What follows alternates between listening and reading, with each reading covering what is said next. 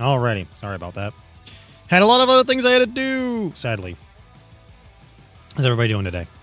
How is everybody doing this fine Thursday? I actually don't know what I'm doing. I need to start actually figuring out what I'm actually going to do during these streams instead of just going live. Because then I don't know what the hell I'm doing. I could just pull up some other stuff. I don't know. I might actually pull up a game and we'll see how how it plays. Maybe a new game or a game I haven't played in a while. I don't know. I, of course, have downloaded. That's the main thing that I gotta do. Let's see here.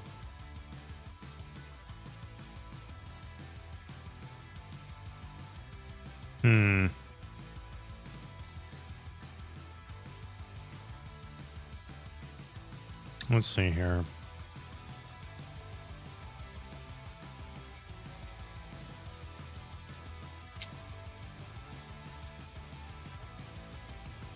Just looking to see if there's really anything that I really want to play today.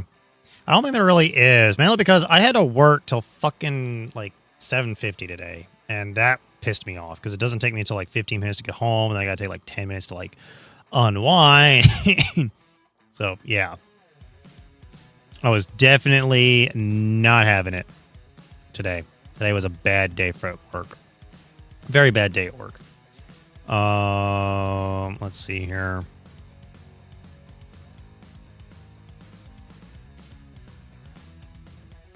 Do I even have the game that I actually want to play installed? I don't think I do. I don't think I installed it. I didn't, like an idiot.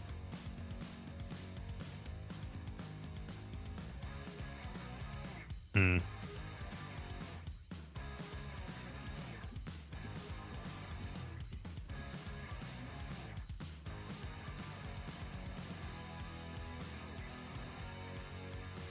mean, there's always me just playing, like, something that I've already played in a while, before.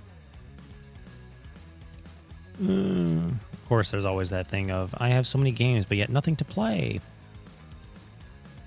So, I will mention this since, so this Sunday,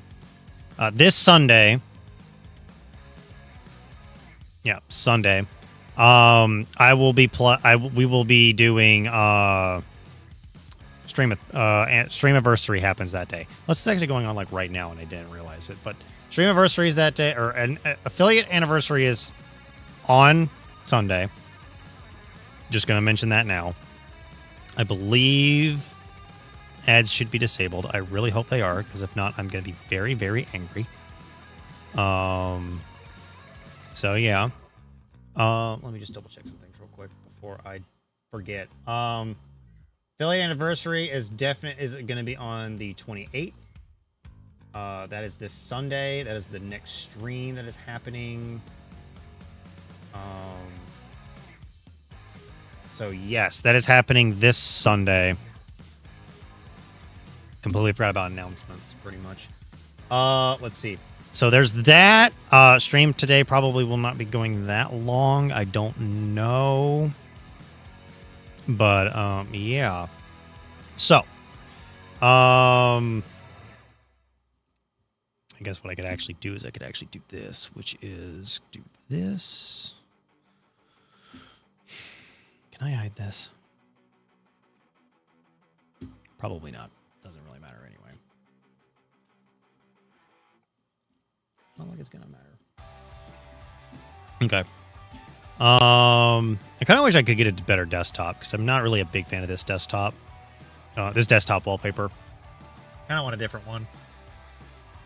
Could just stick with the original, but you know. So let me just double check some things. The late anniversary. I will be streaming the 30th and the 2nd. I will not be streaming. Come on.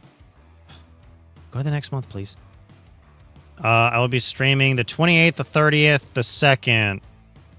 I will not be streaming the 5th through the 10th, and I'll come back to streaming on the 12th. So the week of the 5th through the 10th, I will not be or the 11th, I will not be streaming. I will be taking that entire week off of streaming. I'll be back on the 12th, and then we'll do the 14th, 16th, and then every other day from pretty much there and on, with it being Sundays, Tuesdays, and Thursdays. Definitely. Hopefully, I will not be extremely exhausted by that time, but we shall see. Hopefully, I'll actually be rejuvenated after I taken a break from work, because work has definitely pulled some annoyances for me.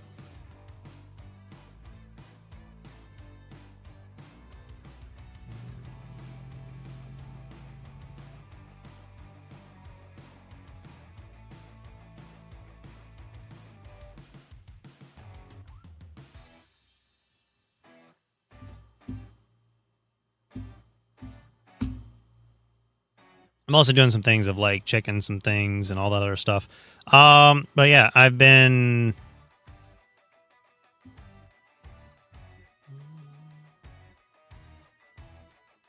okay.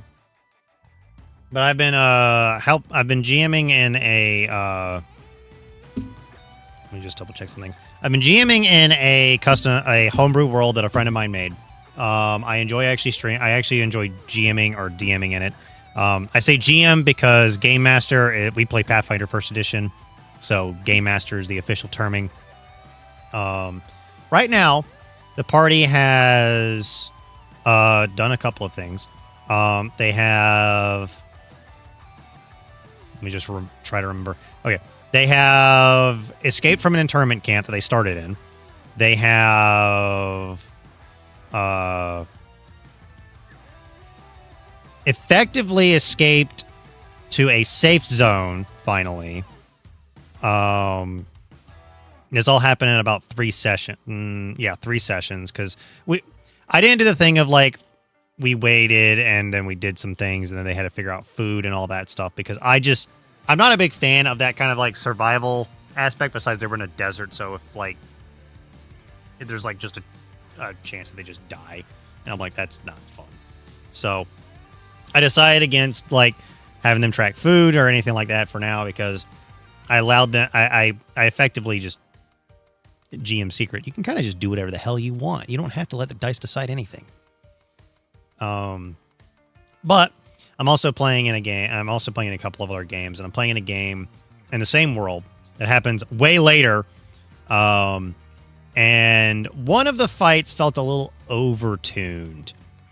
And then I realized why it was overtuned, and it's because there's something known in Pathfinder First Edition. This is very important, and that is knowing how much damage a creature can do, a monster can do to your players is very important, because do note, average damage is assuming that every single attack that hits, average damage dice rolls is a thing, and average damage is usually how you have to kind of calculate everything.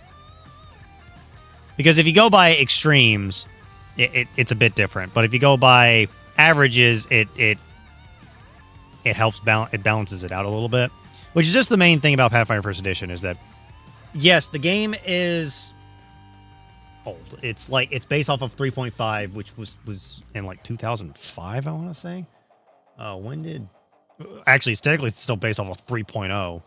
D&D 3.0. Third edition was released in 2000. The revision was in 2003, so we're effectively running on an old 2000, like a 26-year-old system that has a lot of quirks and a lot of brokenness attached to it.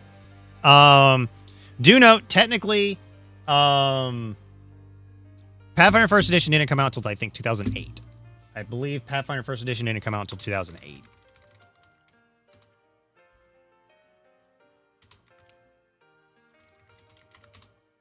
Uh, 2009. So Pathfinder First Edition didn't come out in 2009. So we're effectively running a 15-year-old system. Really?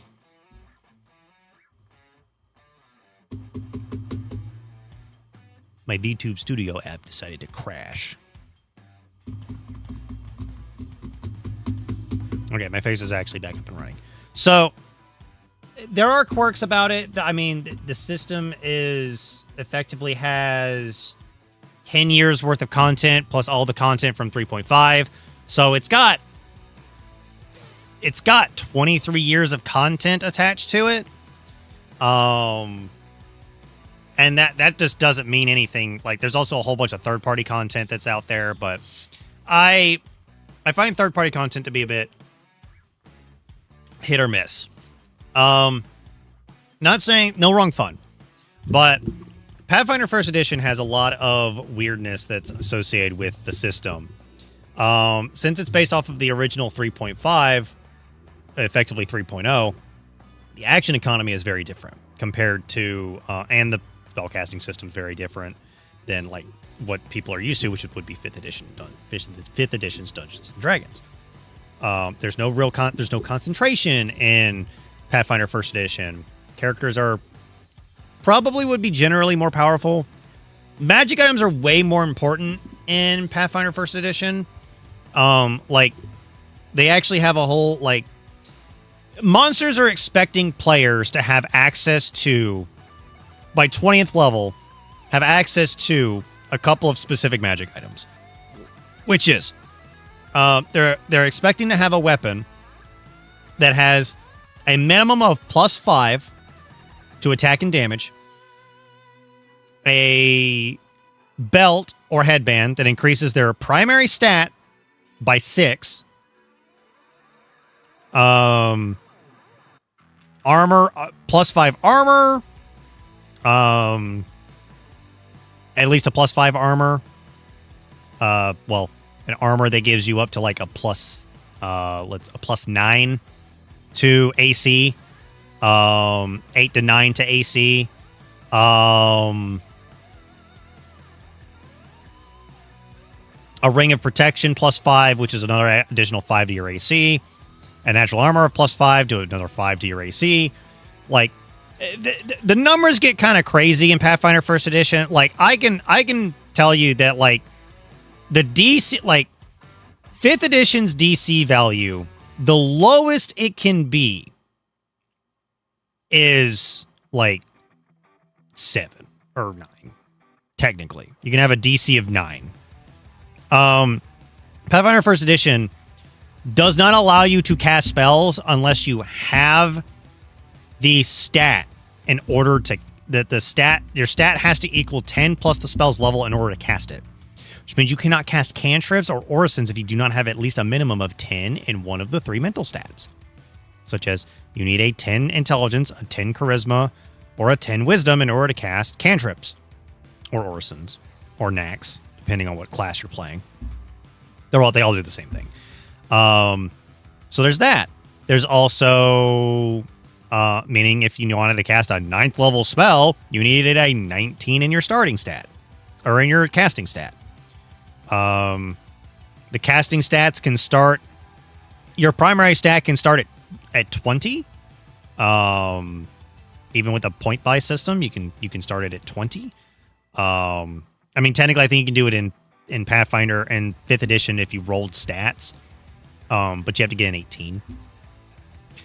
In Pathfinder First Edition, you can buy up to an 18 and then put a +2 in there from a racial bonus. Races also give you a bonus. They didn't get rid. The racial bonus didn't go away until the remaster of Pathfinder First Edition or Second Edition, and effectively the remaster of 5.5 Dungeons and Dragons. So 2E remaster and 5.5 kind of got rid of the racial bonuses. 3.0 was really heavy on races giving racial bonuses. Only because, like, races were heavily tied to a specific style of play. Like, elves were, like... It's the thing of, like, the fantasy that you would expect normally is the reason why, like, Tolkien fantasy is why elves have a bonus to strength, have a bonus to dexterity and a bonus to intelligence, but have a weaker constitution. Because in 3.0, like, I think even in earlier editions, it's just because that's how it's always been done. And then, like, 5.5 changed it to where it now based on around your background, which does make a little bit more sense. I have been thinking about changing how racial bonuses are done. Mainly, like, this is just discussion. This isn't really, like, anything else. But I have thought about, like, making it to where, because of how Pathfinder First Edition runs, because you can already have an 18 in a stat. And the lowest your stat can go is technically 7 with point buy. Technically, you can get it down to 5. Technically, you could get it down to 3. With a lot of things, you can get it down to 3.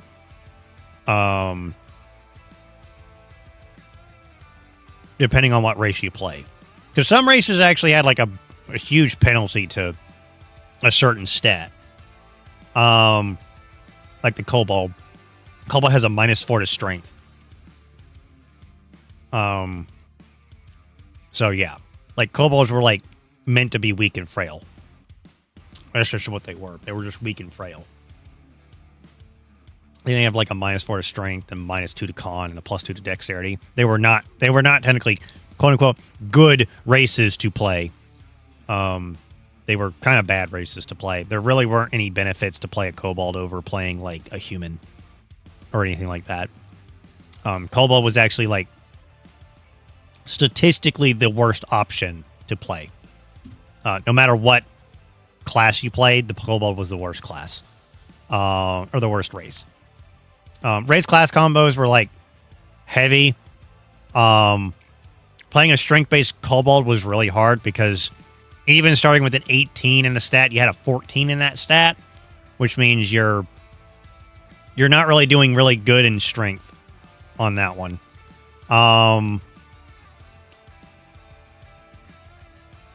Kobolds just don't make really good strength-based characters. At least the default Kobold does not. If you want to change the Kobold to do whatever you want, you can. It's not like you can't do that. Just because Paizo or hey, Red Mage, how you doing? Awesome pick. Yeah, I actually wanted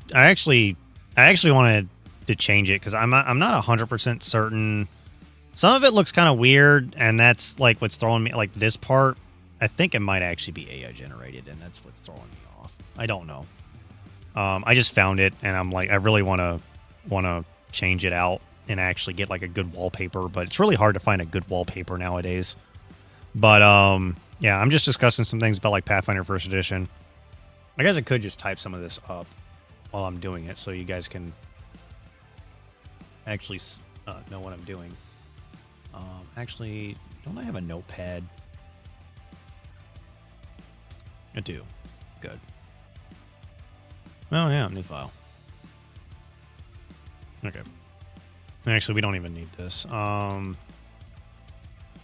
So, like, if you've never played Pathfinder First Edition, just some main things like the differences, from D&D 5e / 5.5e. Because that's probably the thing that many people have played. Action economy is different. If I could spell, can't spell, is different. Stats are different. Even like classes are different. Classes are different. No subclasses.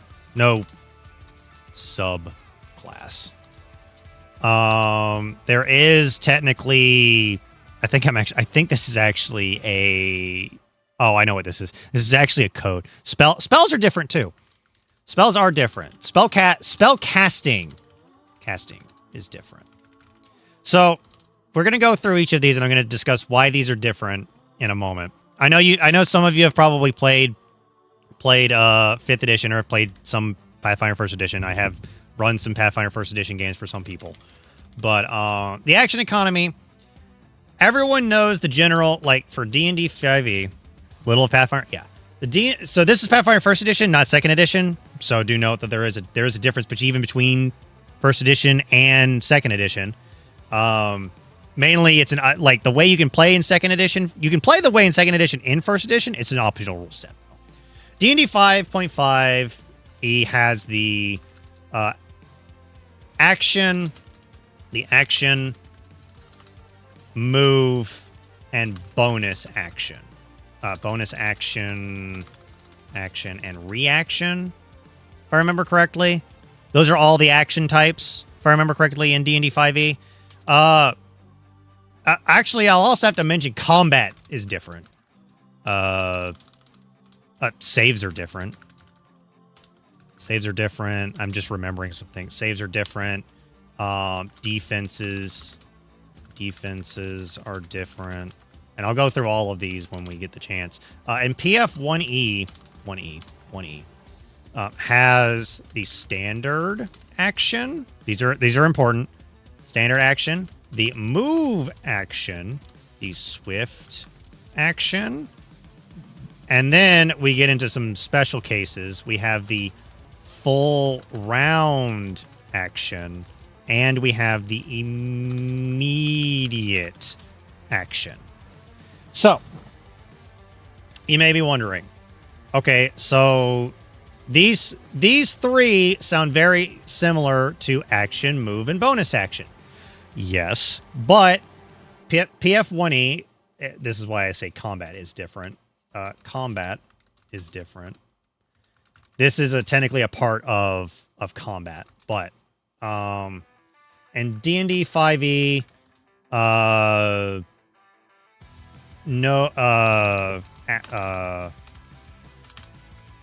said the thing of like doing an action doesn't negate another. So doesn't not negate, doesn't end another. In PF1E, once an action is interrupted, the previous action ends. For an example, mainly for this, say in D&D 5e, I take a move. I move 15 feet. I take an action to attack a creature. I hit the creature. It dies. I've still got 15 feet of movement left. I can move again. Pathfinder First Edition, if I move and then take a standard action, if I take my move action to move up to 15 feet, and I take my standard action to attack that creature, my movement immediately ends, and I can no longer take any more movement. The exception to this is a swift action, or there's also I don't even know if free action exists, but free actions exist in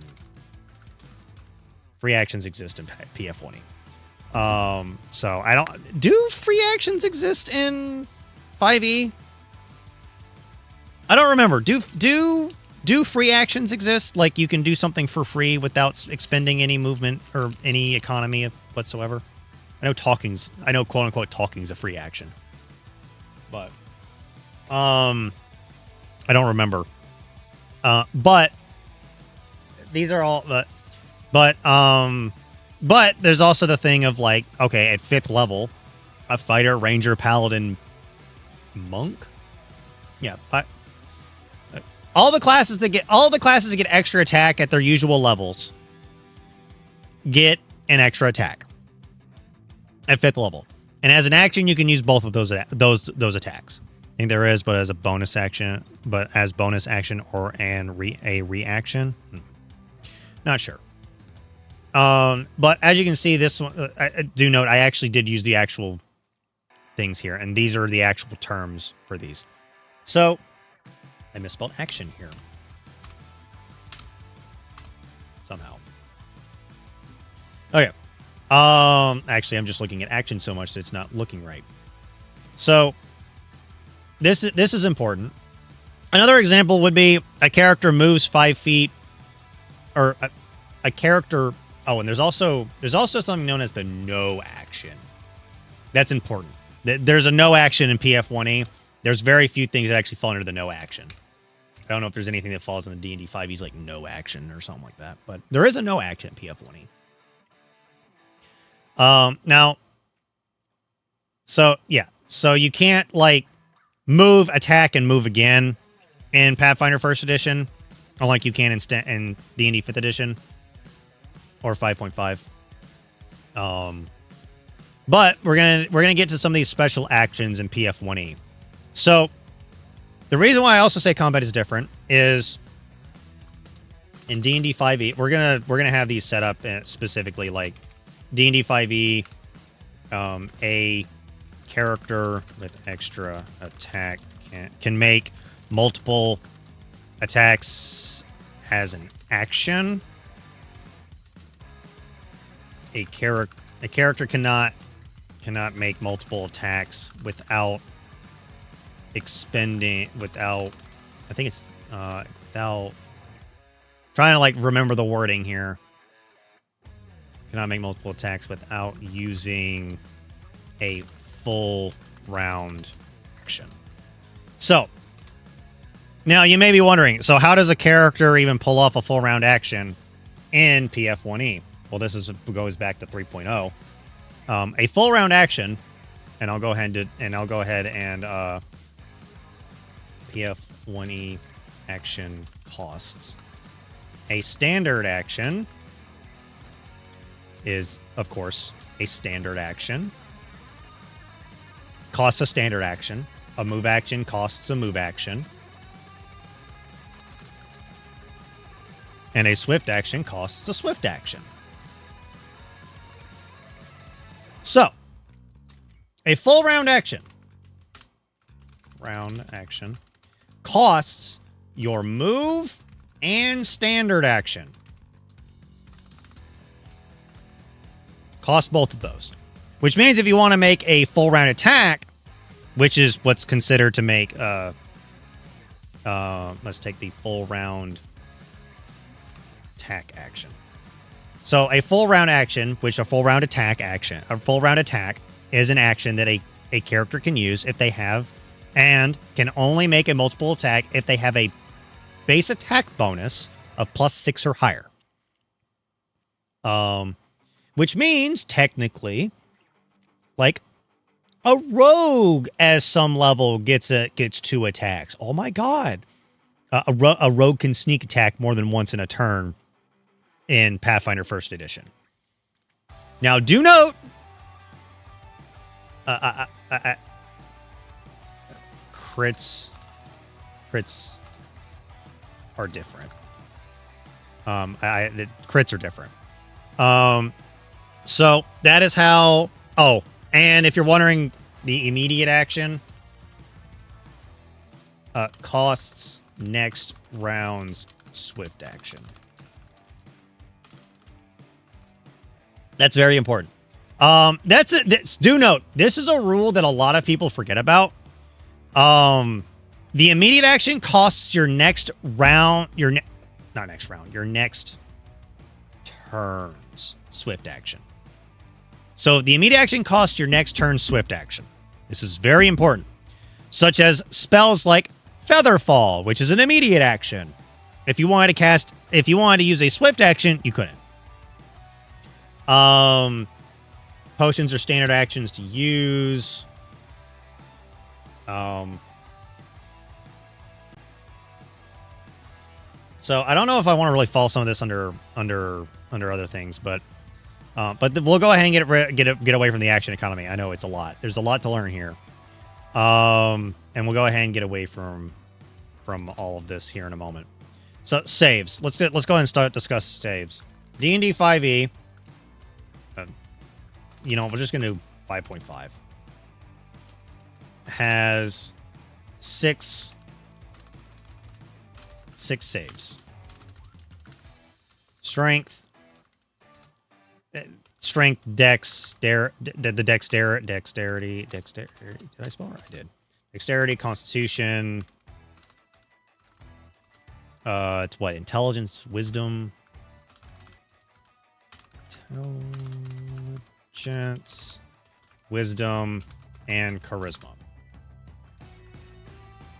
PF1E And to an extent, technically PF2E, when he has 3. Has 3 saves. Let me stay consistent. 3 saves. It has the Fortitude save, the Reflex save, and the Will save. Now, if you're wondering what these correspond to, Fortitude responds to Con, Reflex is Dex, and Will is Wisdom. Let me be consistent. So each of these in all classes and has 6 saves, and certain classes get 2. Well, it's 2 proficiencies in a save. Proficiencies in 2 saves, usually. 3 saves, and classes are good at 1 or 2 saves. Usually, a good rule of thumb is marshals are good at fort saves. Casters are good at will saves. And skill monkeys, I guess, would be a monkeys are good at reflex saves. Ref saves. Now, what does that mean, technically, in the grand scheme of things?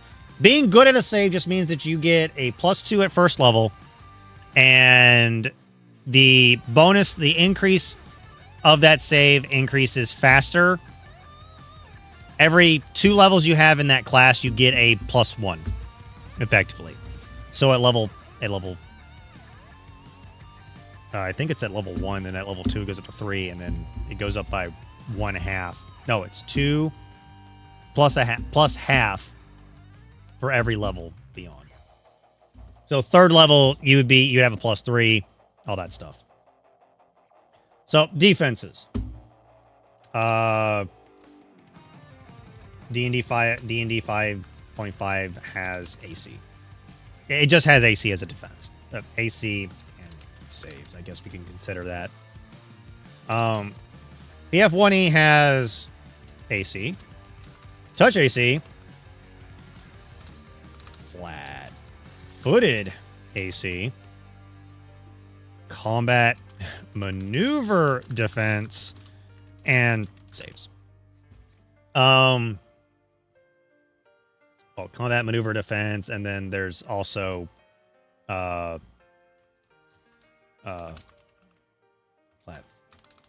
flat-footed variant of this. And then there's also a flat-footed variant of touch AC. So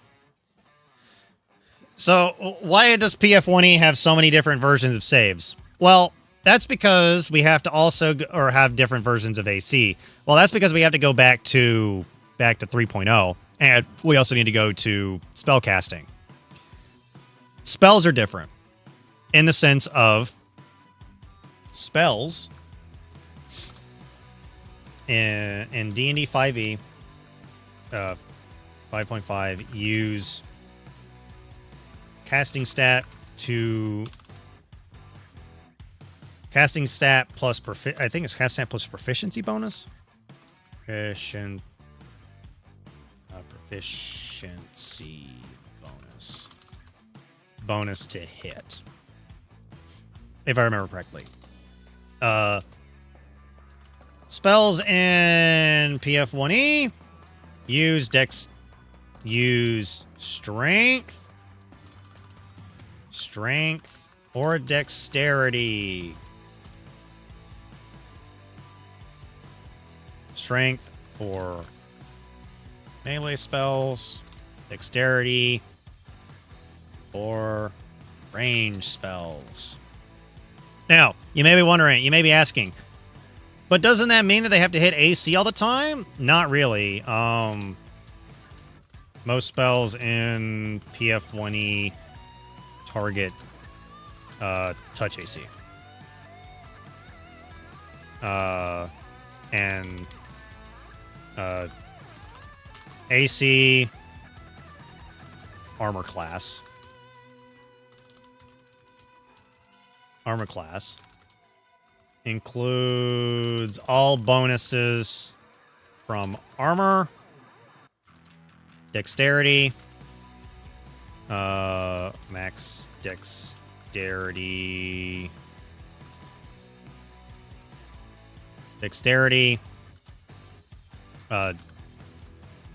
from our natural armor, deflection, dodge, etc. Includes all of that. The touch AC excludes all bonuses from armor,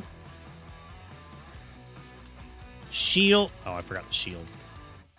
Shield and natural armor. So that just means that technically a character in PF2 and PF1E tends to have an easier time hitting because the touch AC, I've looked at it, and the touch AC of monsters,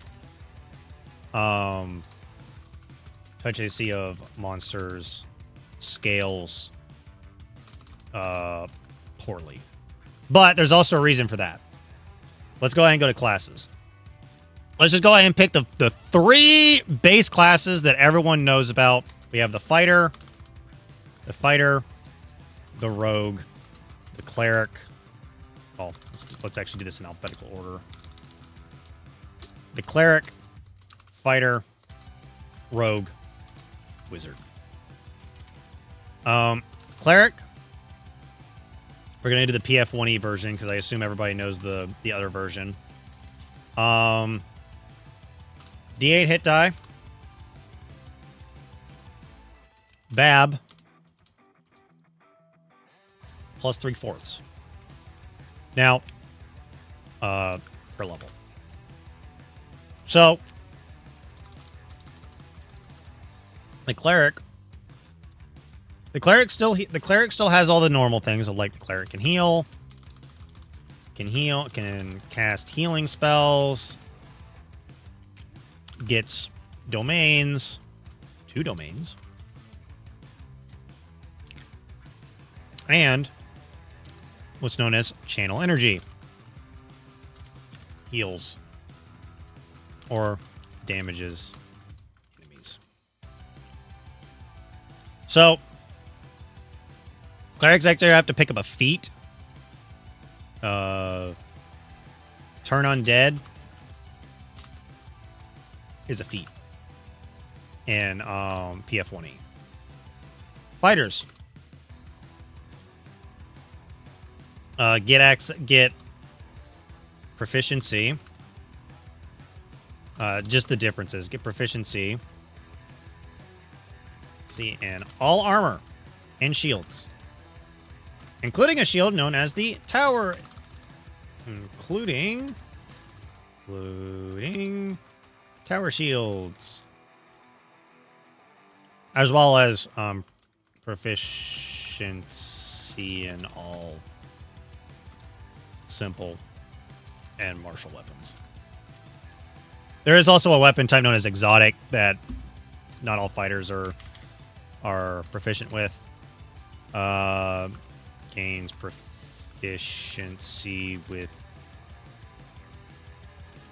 Deity's favorite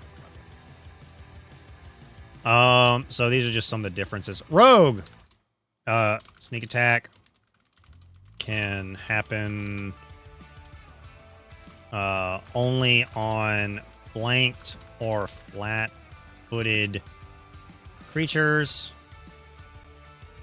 Sneak attack is considered precision damage and does not multiply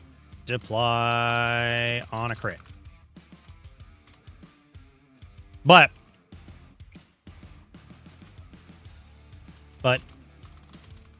but can trigger multiple times in a round.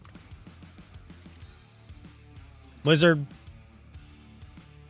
The wizard gets access to like all spells. It still uses intelligence. Still has a D6 hit die. But if picking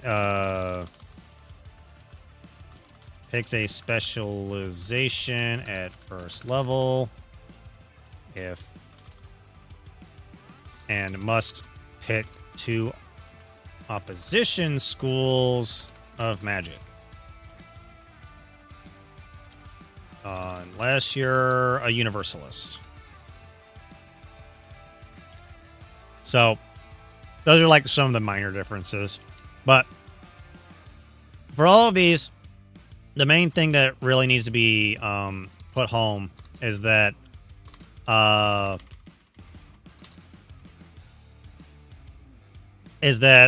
marshals tend to have classes with a D10 hit die in PF1E generally have a BAB of +1. Get a +1 to their BAB every level. This includes the barbarian, the D10 plus or D12. D8 hit die classes tend to have you add 3/4 of your class to hit die. 3/4 add 3/4 to your BAB's hit die per hit die you have, and if you have a D6 hit die, you add only half your level to your BAB. So technically, a 20 level wizard only gets a +10 BAB, but since 90% of their spells only hit touch AC, it doesn't really matter because of all that. There's also the thing of there's concentration for most buff spells. Concentration exists, but is only on select few spells. And costs a standard action to maintain. That's important. No action to maintain concentration. Concentration. There we go. There's also the thing of like concentration is a con save. Concentration is caster level plus casting stat. And your caster level is generally equal to your level, unless you're playing a specific class that doesn't have that situated. And then let's go ahead and go to no subclass. That's just in general. But let's go ahead and go to crits are different. Crits are different because D&D 5e crits are natural 20 and all dice rolled. That's it. PF1E crits are on a natural 20 and must be confirmed. PF1E.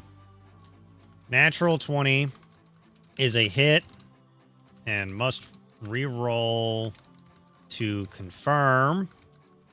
Critical. But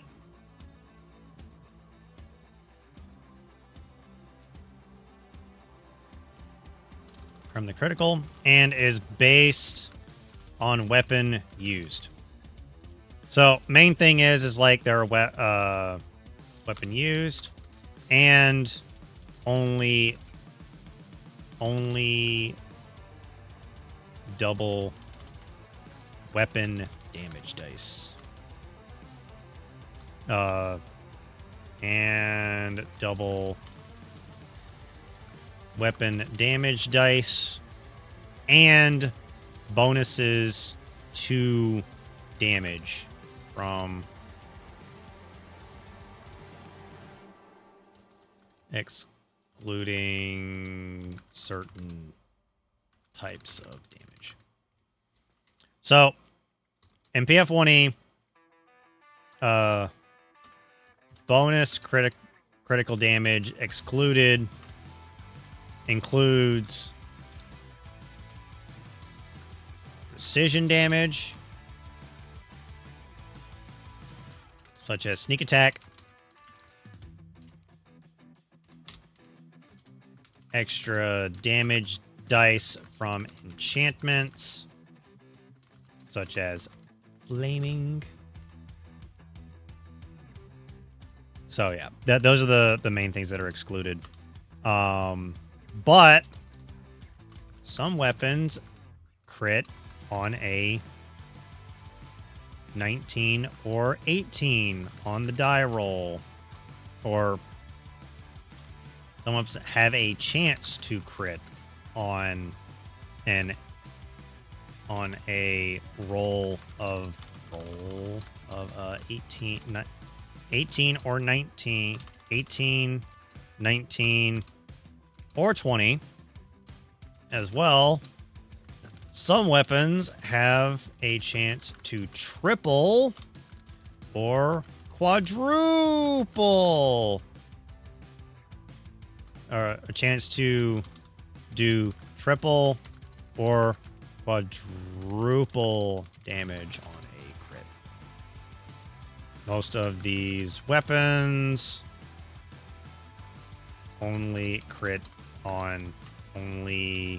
have a chance to crit on a 20.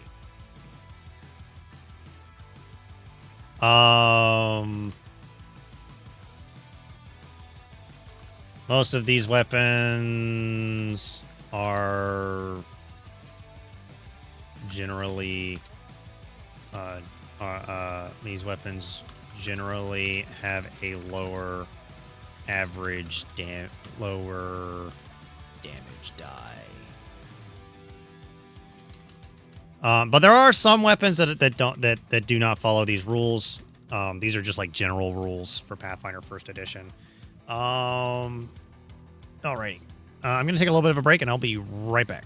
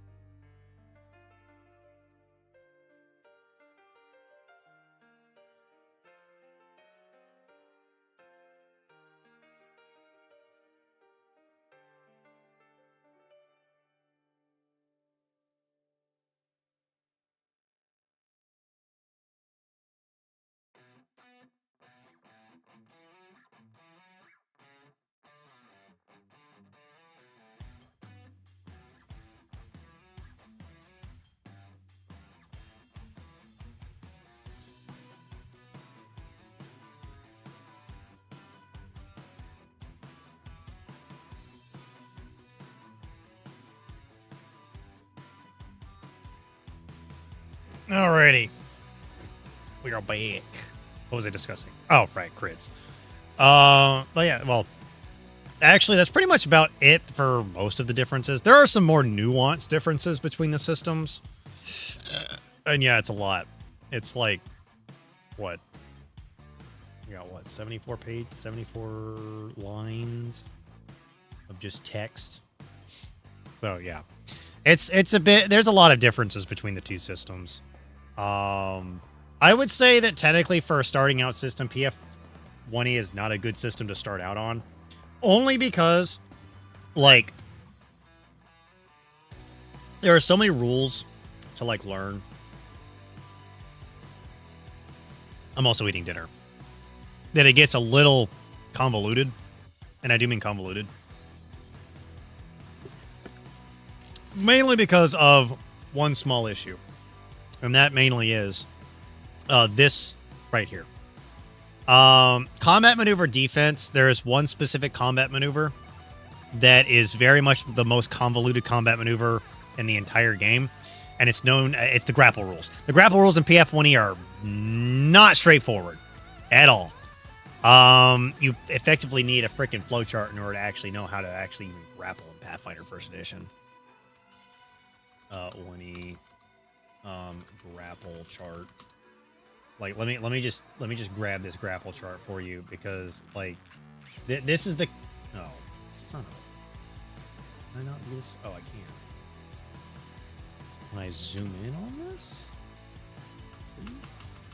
Oh, it's pixelated as crap. Dang it.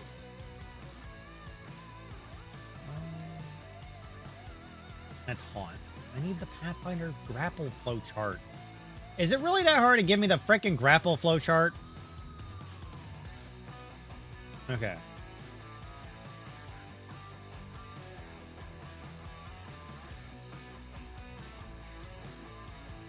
That's not the one I'm looking for.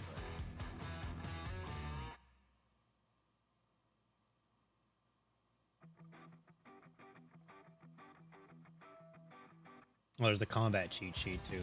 It's not actually that bad. But no, I can't even find a really good like flowchart for grappling. But effectively, grappling is so convoluted. People just stop grappling. I just stopped grappling people. Once you get the rules down, it's not nearly as bad. But grappling in 5e is literally, it's just a save. Grappling in First Edition is very convoluted. Oh, I actually need to also go back to spellcasting is different because there's one more thing that's different in spellcasting.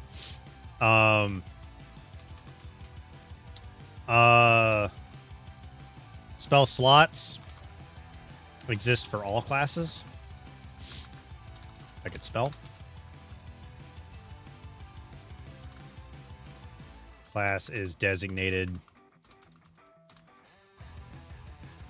Actually, each spell casting class is designated. Oh, there's also there are half casters and full casters minus artificer.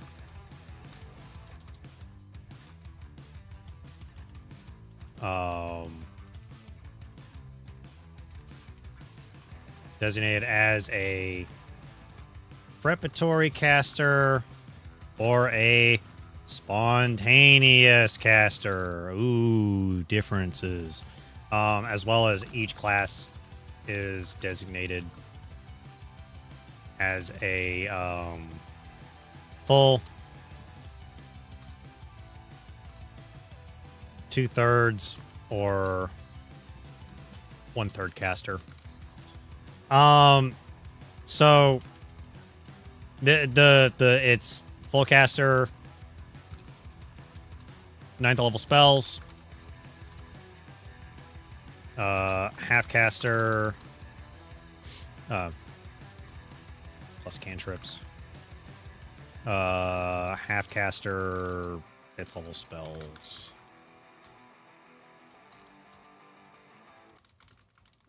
minus cantrips.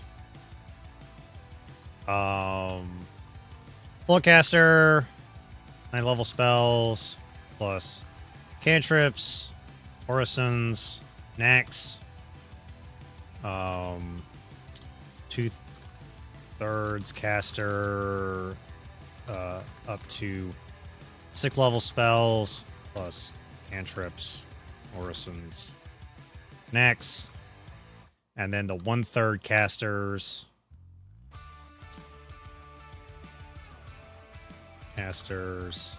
Up to 4th level spells, no cantrips, orisons, knacks. If you're wondering why I'm also including knacks, is because there's also a 3rd type of casting. A 3rd type of casting called psychic casting. Plus, like, arcane and divine. I believe arcane and divine, and the cantrips are arcane, orisons are divine, and knacks are psychic.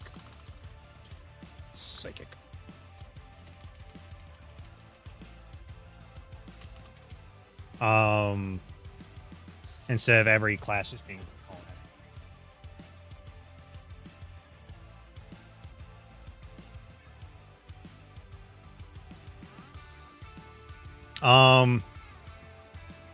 there's also like a few things that are also a little bit different. Mainly like certain combat styles. 2-weapon fighting is with only light weapons. Only 1 extra attack with a bonus action. While 2-weapon fighting is with a one-handed and a light offhand one-handed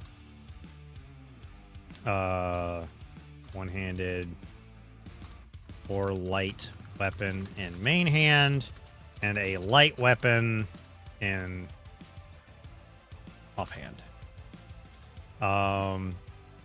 Huge penalties. Without feet investment. But requires full round action. So yeah. And can make more than 1 offhand weapon attack with feet investment. I guess I should also go with feats are different. And feats are different. D&D 5.5. Characters only receive a feat, or I guess I should just state leveling up is different. Leveling up is different. Feat or ability score improvement. Improvement is baked into class levels. And it's get either or. PF1E characters obtain ability score improvements and feats at set character levels. So that's the main difference.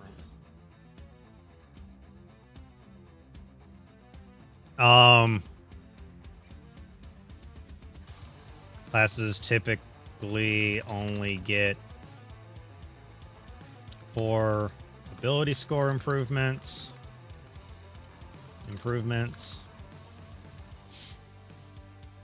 I think it's 5 for rogue and 6 for fighter, if I remember correctly. But in PF1E, all classes, all characters get 5 ability score improvements,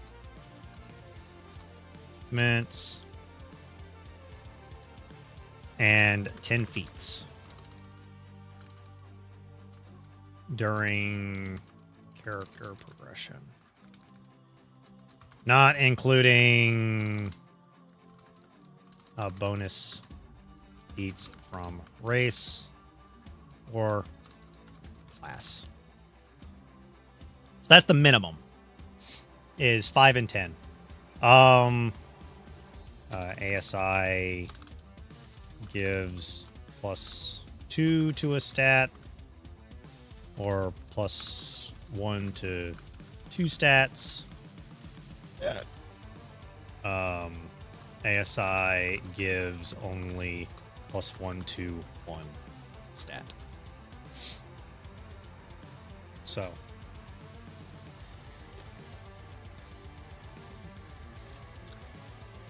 starting stats are different. Point by D&D 5e or 5.5. Max of 15 with max of 17 with +2 bonus from background included. PF1E point by max of 20 with +2 bonus from race. So yeah, that's generally how it works.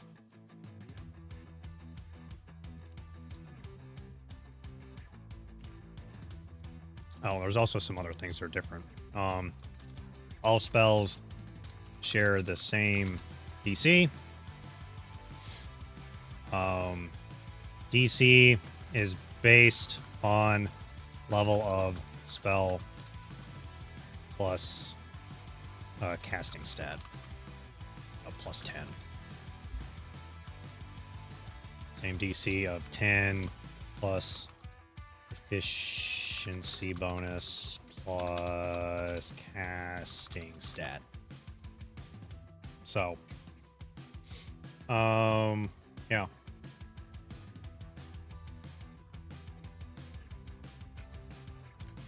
There's also a ton of feats that give you like a +1 to a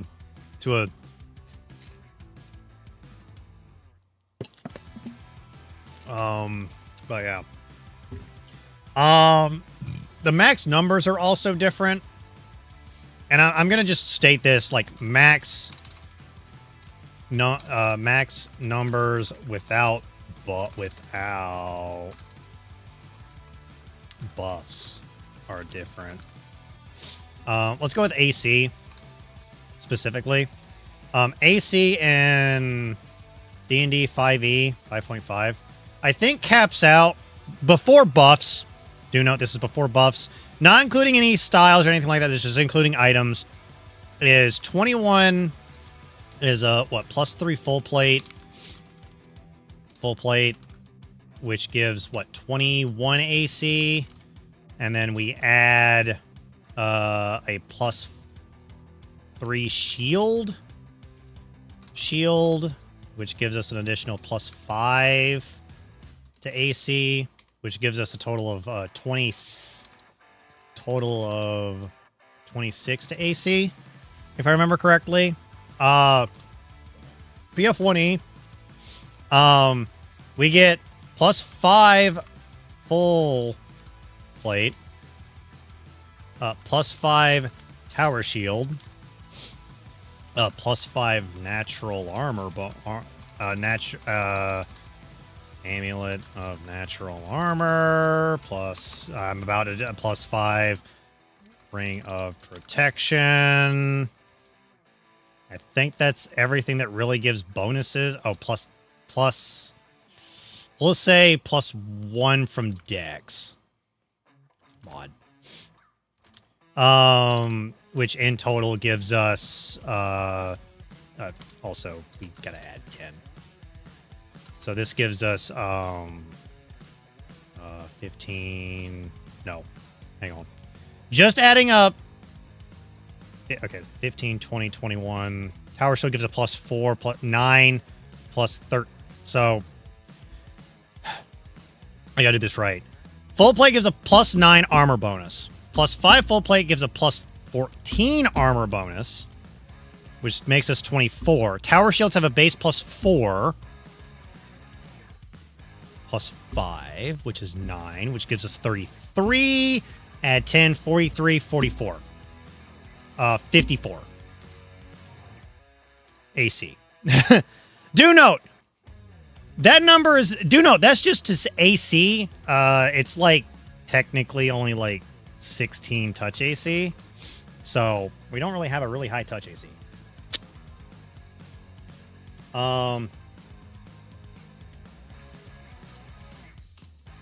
Magic items are more important in PF1E. Like the big 6 items are magic weapon, magic armor, belt of physical stat increase, headband of mental stat increase. Oh, actually, it's technically headband / belt.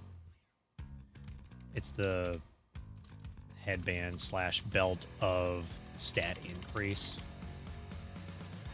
And then there's Cloak of Resistance, a Ring of Protection, and the Amulet of Natural Armor. So these are like the big 6 items. Can be excluded from primarily casters. Can be well, magic armor. There are classes that can't wear armor, such as monks. Bracers of armor count as armor, as magic armor. This is like your headband of vast intelligence or belt of giant's strength. Cloak of Resistance increases saving throws. Gives deflection bonus to AC and to all defenses minus saves. And this gives more AC and FF AC. FF stands for flat-footed.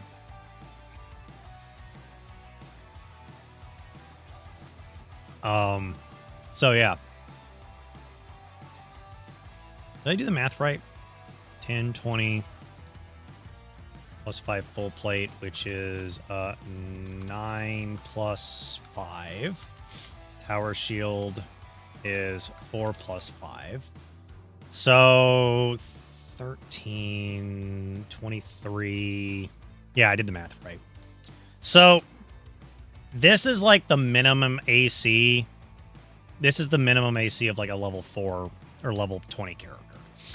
Do note, this is also assuming you're playing a fighter that happens to have all that stuff. And this is also not including the highest you can actually get your AC at. Tower shields do have a major drawback. And that is tower shields, you take a -2 penalty to hit. And they have there's also something known as armor check penalty, which decreases the strength and dex-based skills that you have. Oh, there's also skills are different. There are just less skills in D&D 5e of 5.5. way more skills in PF1E. Like, just for an example, athletics includes climbing, jumping, and swimming. There's a climb. There's a climb. Actually, one.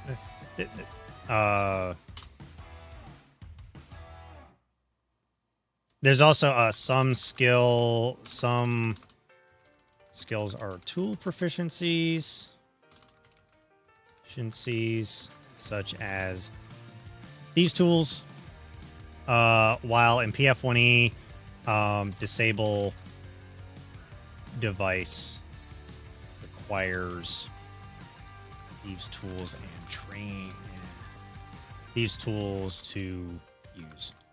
Disable device is a skill, not a tool proficiency.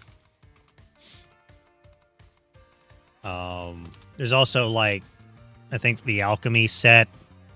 There's craft alchemy. And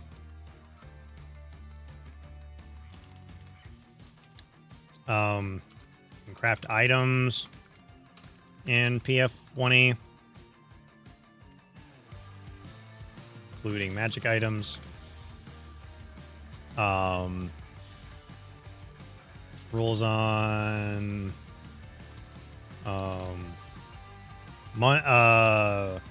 gold is technically gold value. Gold is technically more important in PF1E. I don't really know if that's really like a talking point of PF1E compared to 5.5. Because you can technically get away with 5.5 without ever getting really any gold. Except for like getting like rooms and such. But even then, like PF1E,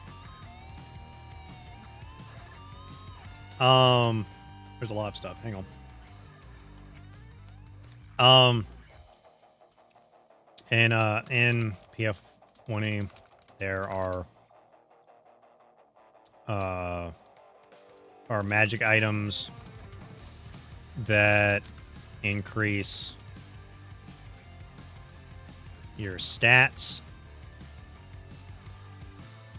permanently. These are known as tomes or manuals of stat increase. Of stat. Or of something. Of stat.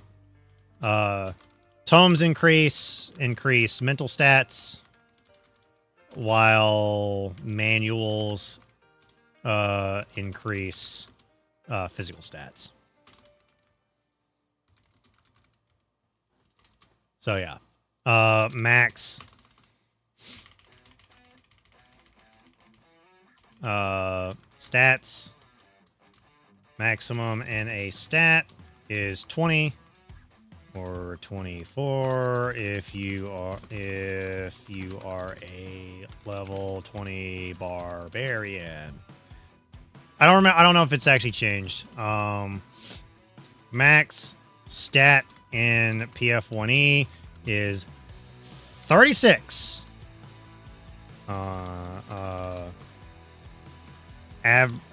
General, not all races give a +2. Some give a +4 to 1 stat. There are races that give a +4 to 1 stat. Generally, those are probably not going to be allowed by your GM to be played.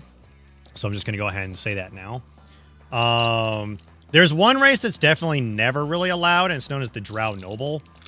Drow Nobles just get way too much, and they're really too good, in my honest opinion, because they just get a lot. And if I pulled one up, you'd be like, why doesn't nobody ever play just the Drow Nobles? Because it's usually banned. And that's the reason why. It's the issue of, I always see a character that has a +4 and a stat, and I'm like, why would I ever play any of the other stats, any of the other races when there's a +4 stat? Because usually, and it's just a sticking point for me for Pathfinder 1st Edition, usually a race that has a +4 to 1 stat usually decreases a stat you don't care about. Anyway. So, like, the orc gets a +4 to strength, and they take a -2 to all mental stats. If you're playing a fighter, it really doesn't matter if you're taking a -2 to all your mental stats. Well, wisdom's kind of the more important one, but that's because of will saves and all that.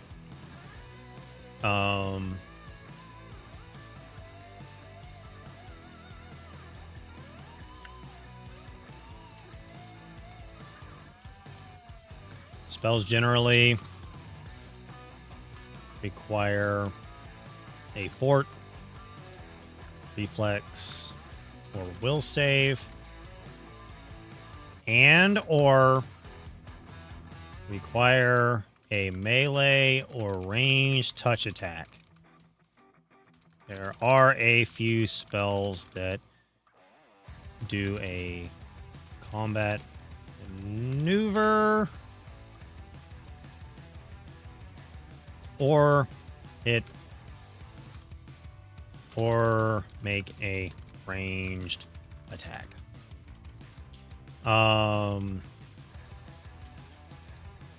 Polymorph spells are different.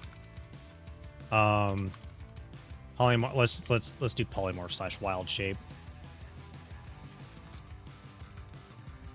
Polymorph and wild shape in D&D 5.5 gives temp HP and changes stats to equal creature. PF 1E, wild shape, and polymorph spells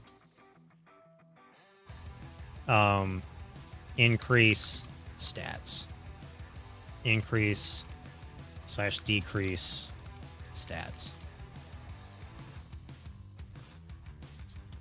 Mainly, like, if you wanted to change to a medium animal, you get a +2 to strength, and I think a +2 to con. But, like, the bigger you get, the higher your strength goes, but the lower your dex is. And the smaller you get, the lower your strength goes, but the higher your dexterity goes.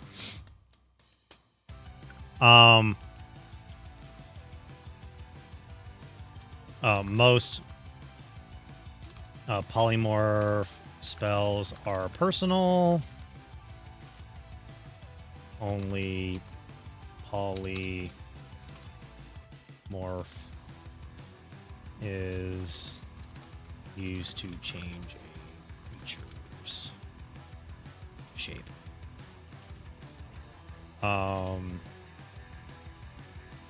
Also harmful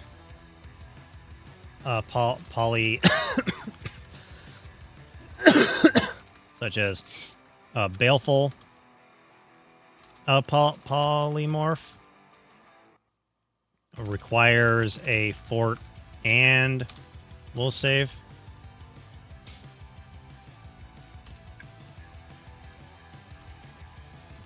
I don't know if there's really anything else that's really different about, like, the polymorph spells.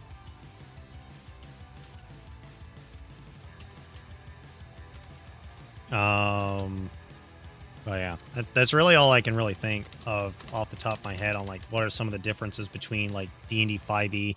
And now you may be wondering, why am I going through all this? It's because I don't really enjoy D&D 5th edition. And I've said this multiple times on stream, and I've said this multiple times when I discuss about TTRPGs. The reason I do not like D&D 5th edition is the numbers feel way too small for what I enjoy. It also throws in the thing of, like, if you happen to have a -1 to a stat and you attempt to roll a save, if that save happens to be 20, you cannot succeed it at all. There is no success. You physically cannot succeed. So, like, that's my gripe with it, is that there's no automatic success in saves. There's also no automatic failure in saves, so that also dictates it. But the numbers are just so small that, like, the maximum amount of to hit that a character generally has is probably plus 14 if your GM was nice and gave you a plus 3 weapon.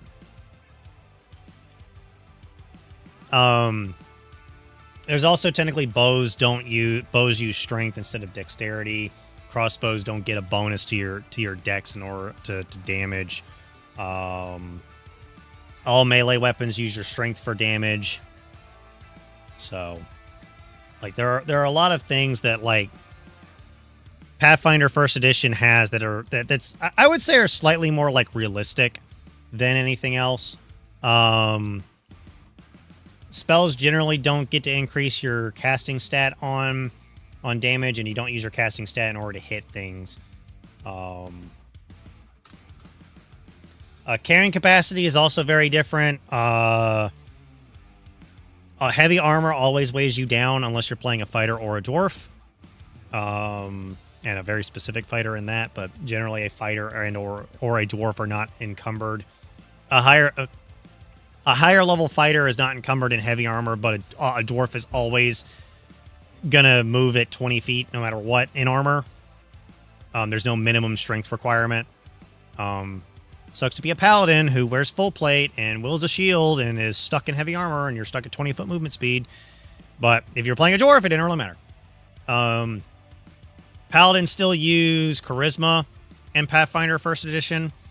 What's funny is if you go back to 3.5, Paladins used wisdom in order to cast their spells. Like, if I go pull up the D20 PFSRD. Actually, I have one right here for spell points. Classes, and we got a Paladin. Like, this is... So this is the D&D 5e or 3.5 Paladin. No, there's some things in here that are similar, and also, like, and let me go ahead and pull up the Pathfinder first edition Paladin. There's some things that are the same. Like, there's the lawful good alignment. It's a D10 hit die. It doesn't have a starting wealth in here, but you'll notice that the skill points are different in this edition. That's because it's just 2+ int mod instead of 2+ int mod times 4 at first level and then 2+ int mod. But that's because they just did skills differently. You'd also notice that Paladin doesn't gain access to spellcasting until 4th level. Doesn't gain spellcasting until 4th level. So 4th level, they gain access to at first level Aura Good, Detect Evil, Smite Evil. Aura Good, Detect Evil, Smite Evil. That's the exact same. Divine Grace, Lay on Hands. Divine Grace, Lay on Hands. Oh, let's look at Lay on Hands. Lay on Hands is actually different. Lay on Hands actually works similar to the 5th edition version, where you get a total number of hit points damage equal to this number, as long as you have a charisma of 12 or higher. That's a sticking point here. As well as a paladin gets to add a charisma to all saving throws. That's the same in this version. Charisma to all saving throws. But instead, a paladin gains a number of uses equal to half their paladin level plus charisma mod, and it heals 1d6 hit points for every 2 paladin levels there is. Instead of you just get a number of hit points equal to paladin level times your charisma mod. Must choose divider, heal, and roll recipients. She doesn't have to use all of it on using Lay on Hands as a standard action. And then I think you can do it to deal damage, touch attack, and that's the same thing here. But despite the name, Paladin only needs 1 free hand, as well as using it on self as a swift action, which is not here and on here. So that was slightly buffed. Aura of Courage does the exact same thing in these two. Divine Health does the exact same thing. And you're immune to all diseases. Turn Undead. So it gets 3 plus charisma mod uses, and she counts as a cleric for 3 levels lower. The Paladin instead just gets channel energy. Nope, my bad. The mercies, but then it also get mercies at 3rd level. And I think they actually made channel energy. Nope, 4th level. It's the same. So mercies are something that the PF1E Paladin gets. These are conditions you can get rid of. Channel positive energy as a cleric. The channel positive energy is what was different. Spells. Uses... So here's the thing. To prepare and cast a spell, Paladin must have a charisma score equal to 10 plus the spell level, and the difficulty class is 10 plus the spell level plus the Paladin's charisma modifier. And they gain based off their charisma modifier. Paladin must have a wisdom score. So Paladins and 3.5 are mad. Are extremely mad. You need charisma, you need strength, you need con, you need wisdom. I'm like, oh my god. There's also the special mount, which is why many paladins are assumed to be riding a horse. Do note, Divine Bond changes this. You can choose the mount. You can choose the mount option, or you can choose to bond with a weapon instead. Because not everybody wanted to have a mount, and I think that's like what many people really did. There was at 4th level and higher, the cash level is paladin level -3. I think it's the same thing over here. For spells, 4th level or higher, cash level is 1/2 her paladin level. So yeah, that they actually buffed the paladin's caster level in this one. Divine Bond, and most of this stuff is the same, except for like Holy Champion. Actually, really, you don't really get a whole lot. The Code of Conduct, which is the reason why many people do not play frickin' Paladins anymore, because this Code of Conduct sucks. This Code of Conduct's the exact same, and it's why Paladins get the bad rap of being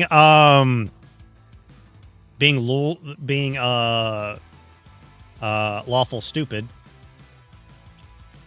And then we get Remove Disease at 6th level, which is a mercy for Paladins.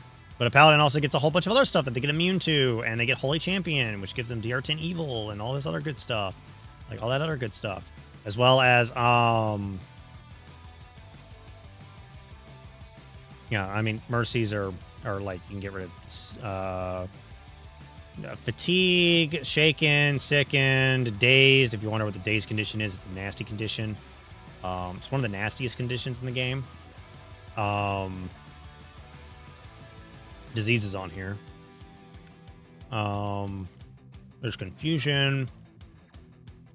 Remove curse. Exhausted. Must have fatigue in order to get rid of it. Frightened. Shaken. Paladins are immune to the frightened condition due to Aura of Courage. It does give a +4 morale bonus saving throws against sphere effects, which is nice.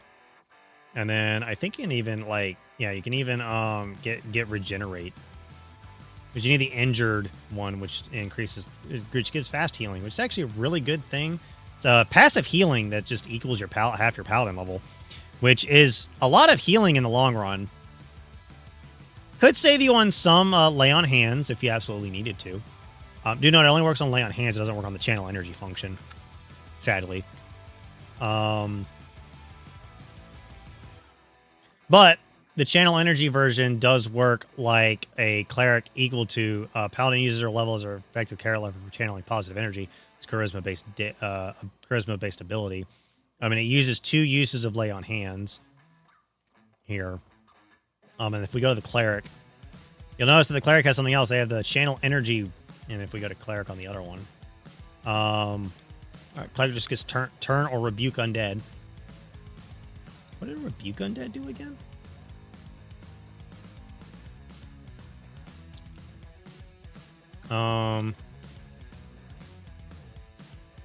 Rebuke or command. What does the rebuke undead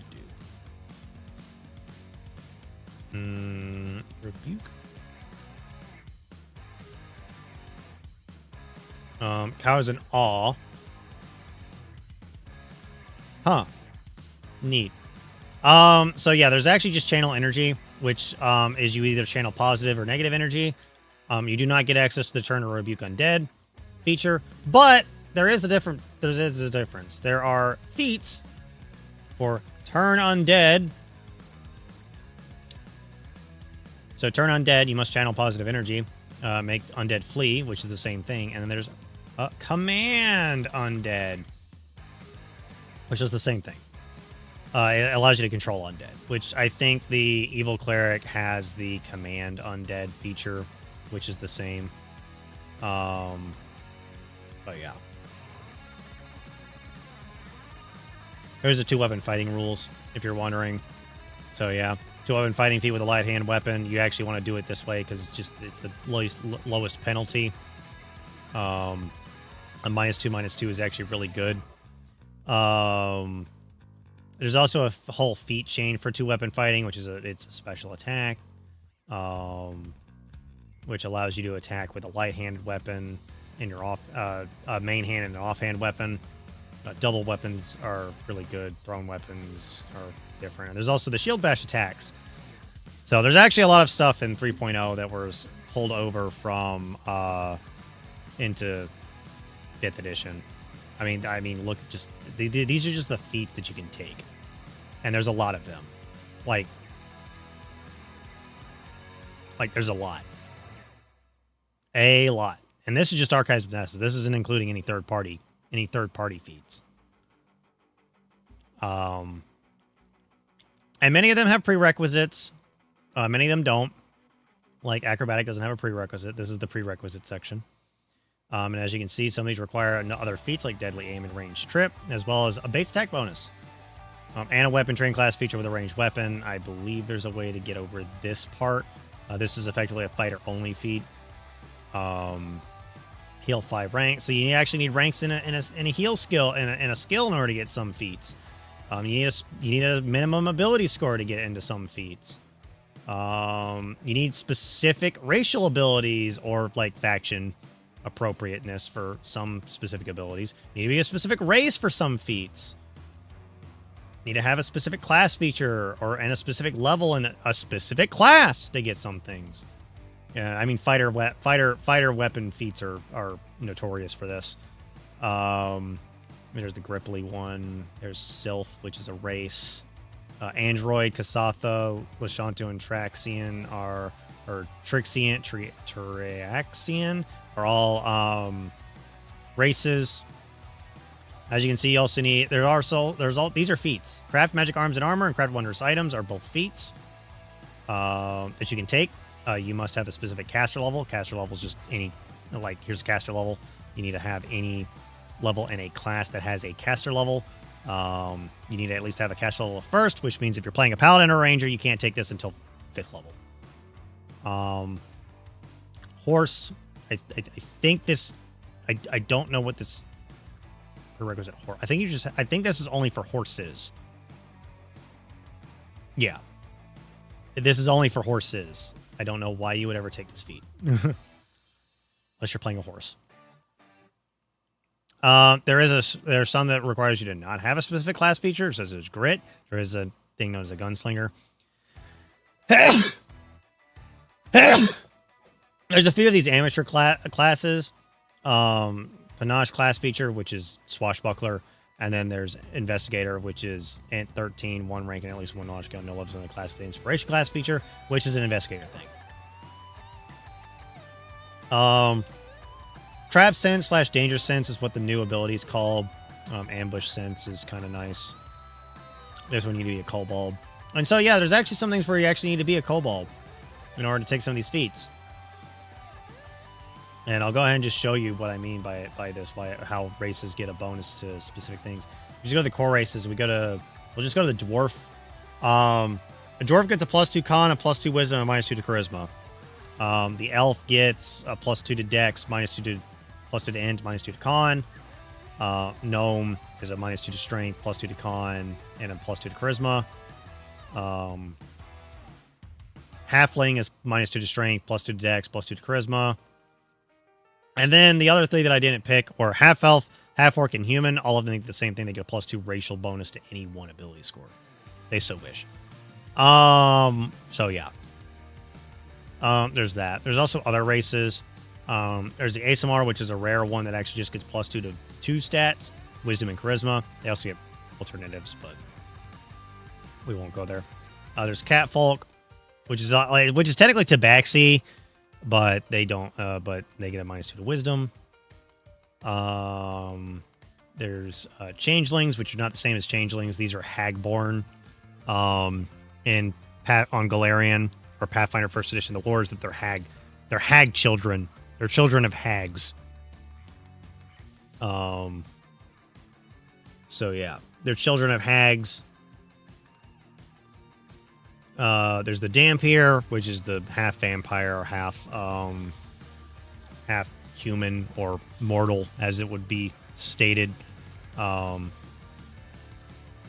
they also get the thing of known as negative energy affinity. They count as undead for the purposes of positive and negative energy. Positive energy heals living creatures and damages undead creatures, while negative energy heals undead creatures and damages living creatures. Do note you have to dictate the two.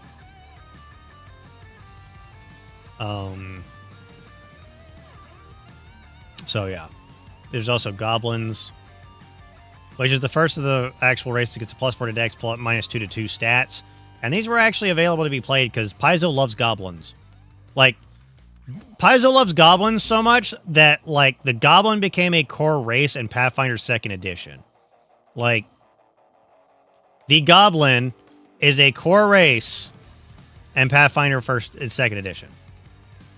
They also like Leshies and Orcs more now. They used to not like Leshies.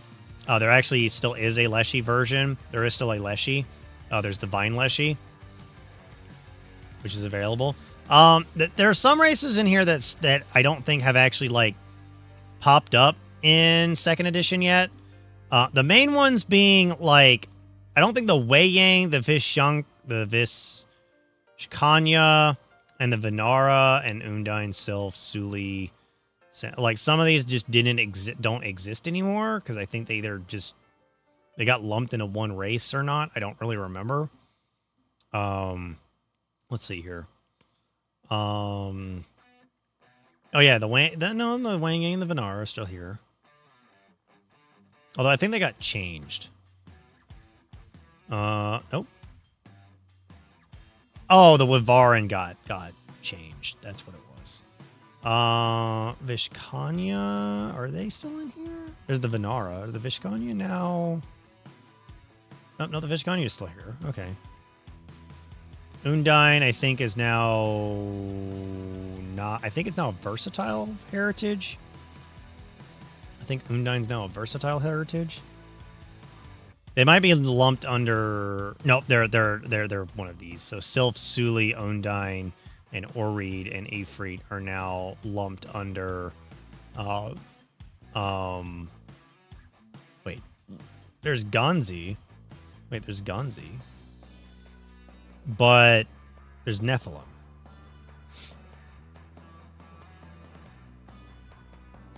I'm confused.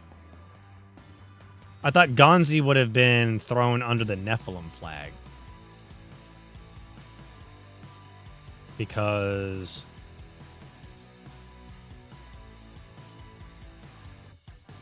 because there's Angelkin, Aeonborn... Aeon Bound, Angelkin. I'm just confused because Pathfinder 2nd Edition still confuses me. Huh.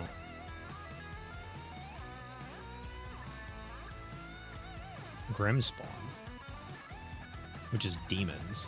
Hellspawn, which should be devils. There's Angelkin. Let's look at the levels because that's gonna. That'll help me out a little bit. Aeonborn, Axis, Fault Spawn, which is blasphemous. Yeah, there's the Protean kin, which wouldn't that be the same as the Gonzi? Because the Gonzi are the Untamed Maelstrom. Aren't the Proteans also from the Maelstrom? Yeah, Proteans are also from the Maelstrom, so why does Gonzi still exist? Oh, it's legacy content.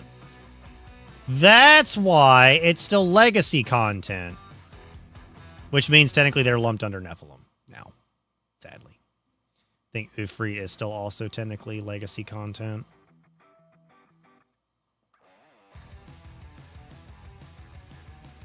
I think Dragon Blood's the only one that's actually been updated. Which is probably why the some of these races no longer exist. Let's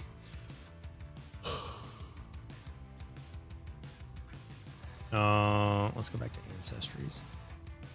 Samsarans still exist, don't they? They do.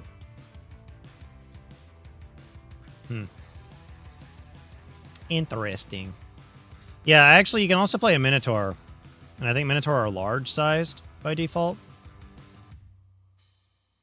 Yeah, they're large. See, Pathfinder's not scared to actually let you play as a large-sized race. Unlike D&D 5e, where in order to play a large race, you just can't. I even think... Are centaurs still a thing? I think they are. They're still large? Yeah. So, yeah. Common Fae.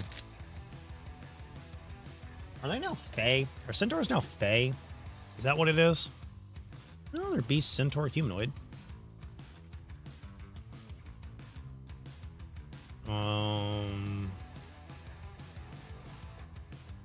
Beast, minotaur, humanoid, minotaur. Okay. I think there are actually a few of these that you actually can play that aren't considered humanoid anymore. I don't know. I don't know if there actually are any that are in the uncommon section that are actually considered non-humanoid. I don't think there are. Actually, there is. The Leshy's not considered a humanoid. It's a Leshy plant.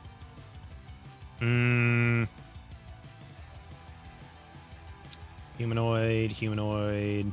Construct. You can actually play some constructs. Beast. A plant. That thing's creepy. Dragon. You can actually play a dragon. Another plant. Galoma. Jotunborn. They're considered giants. Puppet.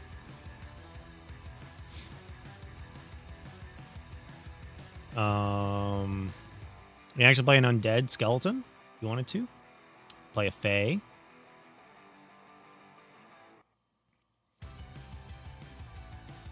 Play a spirit, which apparently is different from playing a normal race.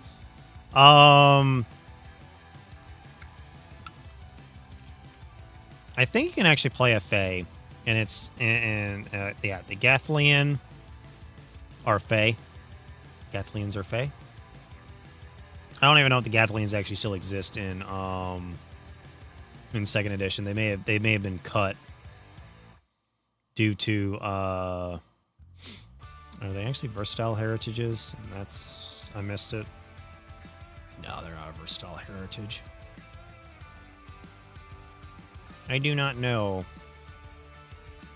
There's the half elf and the half orc, which is what Alvarin and Dromar are now. Let's see here. I actually got a lot of races that actually didn't really get the change over to second edition. I think Changeling actually was turned into a versatile heritage.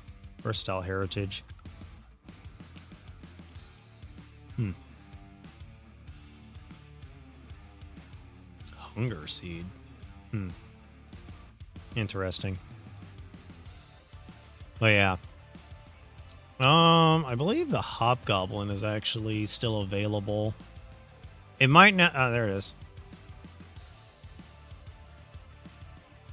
But there are other stuff. The Colo are actually just gnolls. They're effectively gnolls. Which I think gnolls are sadly not available to be played in first edition. Because I actually don't even know if gnolls even exist in first edition. Do gnolls exist in first edition? I know they exist as monsters, I think. I would have passed it. Yeah, Gnoll actually does not exist in first edition. Oh, wait, no, it does. No, it doesn't. Oh, yeah, it does. I just went past it. Gnoll. Yeah, the Gnoll doesn't even have stats. So I don't even know what you would do with the null. I mean, technically it is low enough CR that you could play one, technically. But I don't know, like... Actually, that's just using the basic 15 point buy. I think that's using the basic 15 point buy. And we'll be back.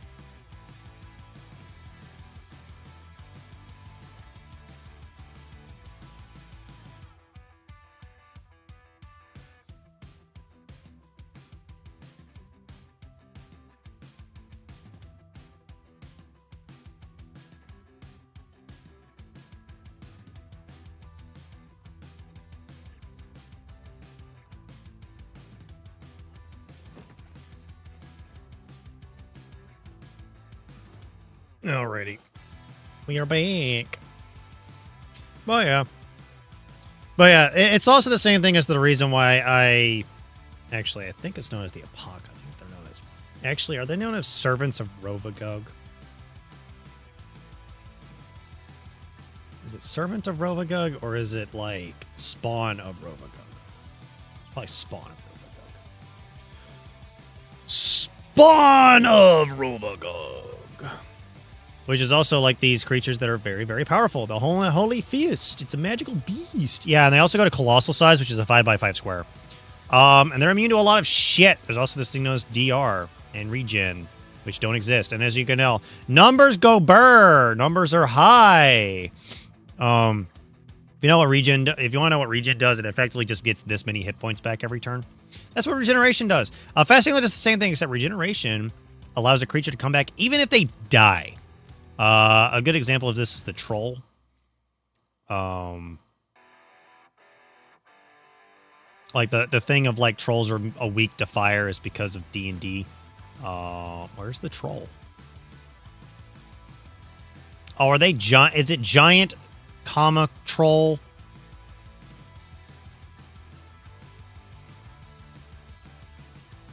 No. Where's the troll? Where's the troll, Pathfinder? Where did you put your troll? Where's the frickin' troll? Is it in? It should be in here. Should start with a T. T-R-O. Oh, there it is. I'm just dumb. But yeah, they have regen, fire, acid, or fire, which means that they can they can not regain hit points if you do acid or fire damage to them. There are other versions of trolls. There's the rock troll, which is only acid or sonic damage, which is a one rare case where sonic damage is actually used for something. In 5th edition and Pathfinder 1st edition. I'm not joking. There are actually not that many creatures that are immune or resistant to sonic damage. There is one way to be immune to sonic damage, and I believe it's with the silent spell. Let me just double check that. Let me double check the silent spell real quick. I think it's a cleric only spell, if I remember correctly. Silence! Where are you? Where's the silence spell? Silence. Negate sound. Spell of verbal code cannot be cast. No one. Spell can This is cast on mobile object. Spell can be centered on a creature. And like all saying the deck is creatures in the air are science power immune to sonic or language-based attacks, spells, and effects. Spell also applies to telepathy, cutting off any mental communication within the area. Oh, that's mythic version. How convenient. There is also mythic in Pathfinder 1st edition, because technically Pathfinder... there are rules for going beyond level 20. I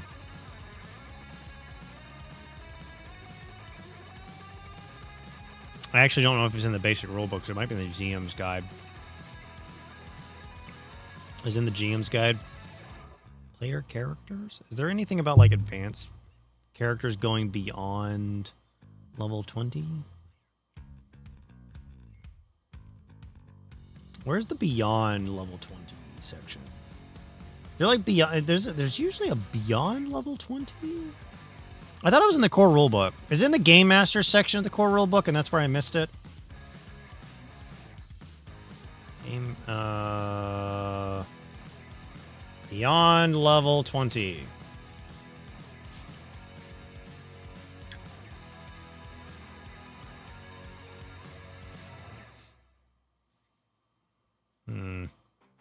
Beyond 20th level.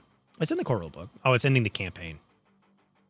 Yeah, the scaling power for beyond 20th level doesn't really change much.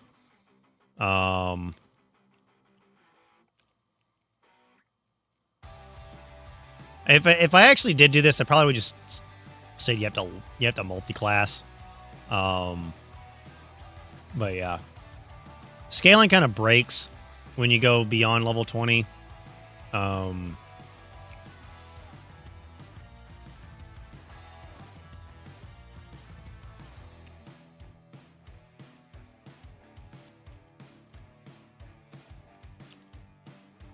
So yeah, I probably would just limit it to multi-classing / prestige classing. That way it's just 20th level is a hard limit for classes. So. Or for the case of prestige classes, it's only 10 levels or 5 levels depending. Like the oh no, that's the wrong one. Agent of the Grave is a 5-level prestige class. And not 90% of prestige classes only go up to 10. Like if we go Death Slayer, it goes up to 10. So yeah. But anyway, that's all we're really gonna be doing. Let's see who's live because I'm sadly again I'm exhausted because I did a whole bunch of other stuff today. So we're gonna go ahead and just raid somebody a little bit later than I usually would stream anyway. Let's just go. Let's raid Shade. Mainly because Shade is wonderful. He's playing Enshroud with a friend of his. So we'll go ahead and raid him. Thank you guys for joining me, and I'll see you guys Sunday for the. Do note, Sunday is my affiliate anniversary. I will make sure to have everything up and ready, but that is my affiliate anniversary. All right, see you guys later.